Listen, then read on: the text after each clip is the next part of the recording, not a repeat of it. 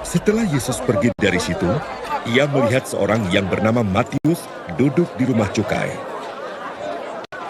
Lalu ia berkata kepadanya, "Ikutlah aku."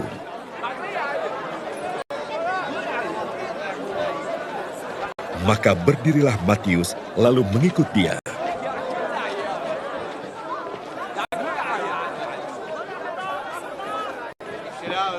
Kemudian ketika Yesus makan di rumah Matius, datanglah banyak pemungut cukai dan orang berdosa dan makan bersama-sama dengan dia dan murid-muridnya. Pada waktu orang Farisi melihat hal itu, berkatalah mereka kepada murid-murid Yesus, "Mengapa gurumu makan bersama-sama dengan pemungut cukai dan orang berdosa?" Yesus mendengarnya dan berkata, "Bukan orang sehat yang memerlukan tabib, tetapi orang sakit.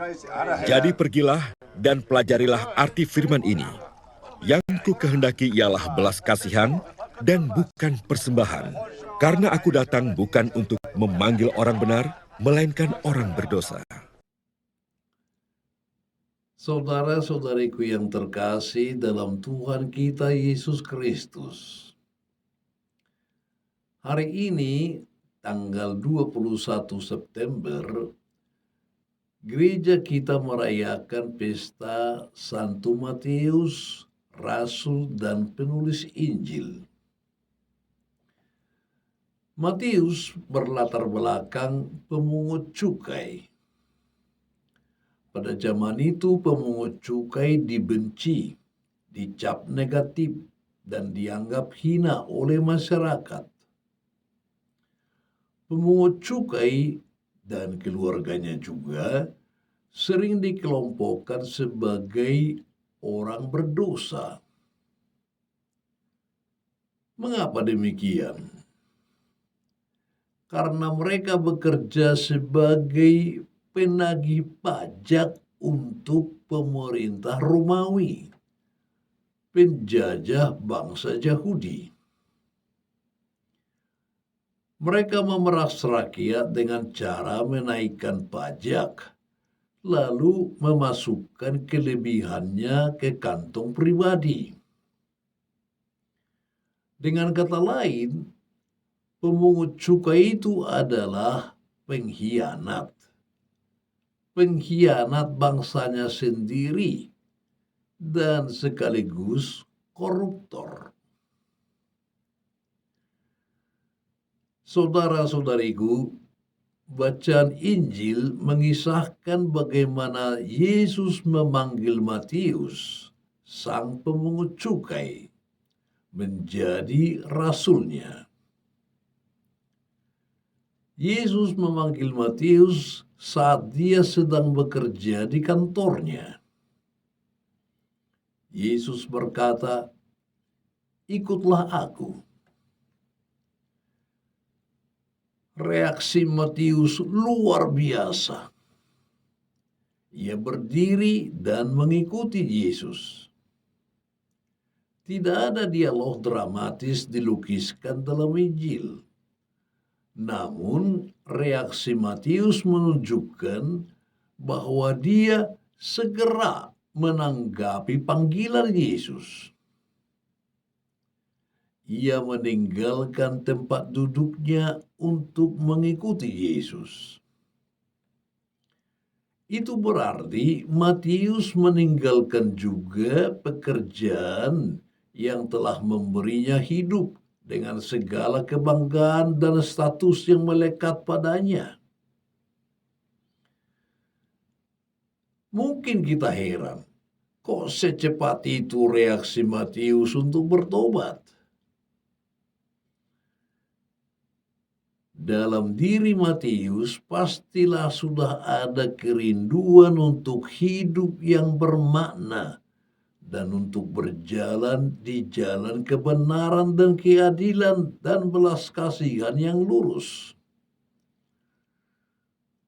Selama ini hati Matius pasti merindukan Allah, meskipun dia tidak berani menunjukkan wajahnya di sinagoga, rumah doa orang Yahudi.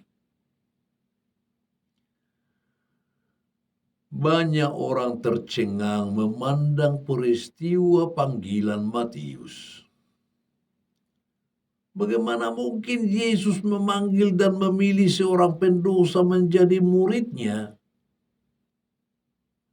Panggilan ini membuktikan Matius sangat berharga di mata Tuhan.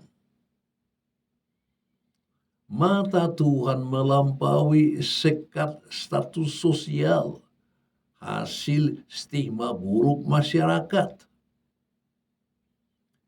Bagi Yesus, Matius memiliki titik-titik kebaikan yang dapat diandalkan dalam karya pewartaannya.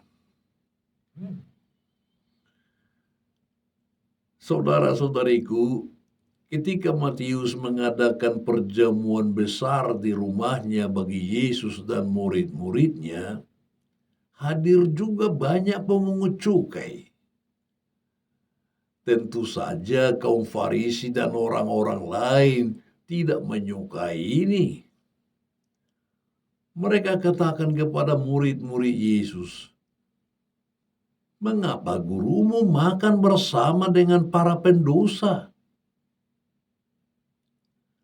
Yesus mendengar itu dan berkata, "Bukan orang sehat yang memerlukan dokter, melainkan orang sakit.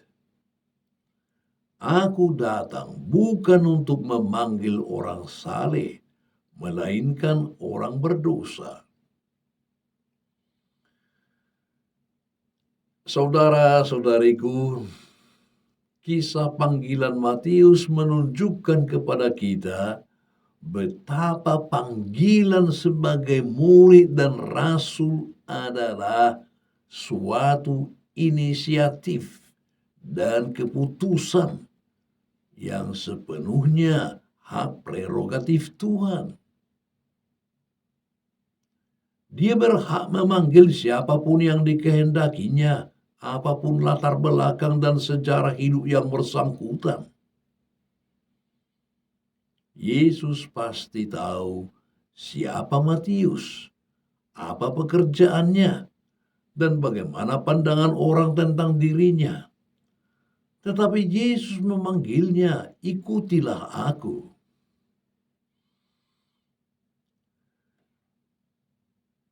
Kisah panggilan Santo Matius mengulangi fakta bahwa tidak ada seorang pun yang tidak layak atau terlalu berdosa untuk ditolak oleh Allah.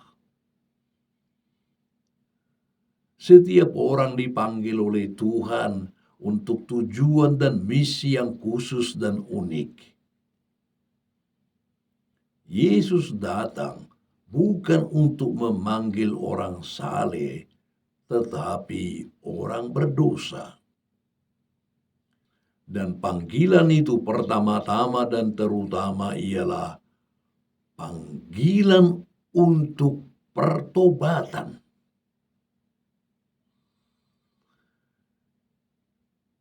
Saudara-saudari, dari pengalaman panggilan Matius, kita belajar kerahiman Tuhan jauh melampaui kedosaan dan ketidakpantasan manusia. Panggilan Tuhan serentak juga adalah rahmat yang mengubah hidup seseorang secara radikal. Dari pemungut cukai menjadi rasul Tuhan. Dari seorang pendosa menjadi seorang yang dikasihi.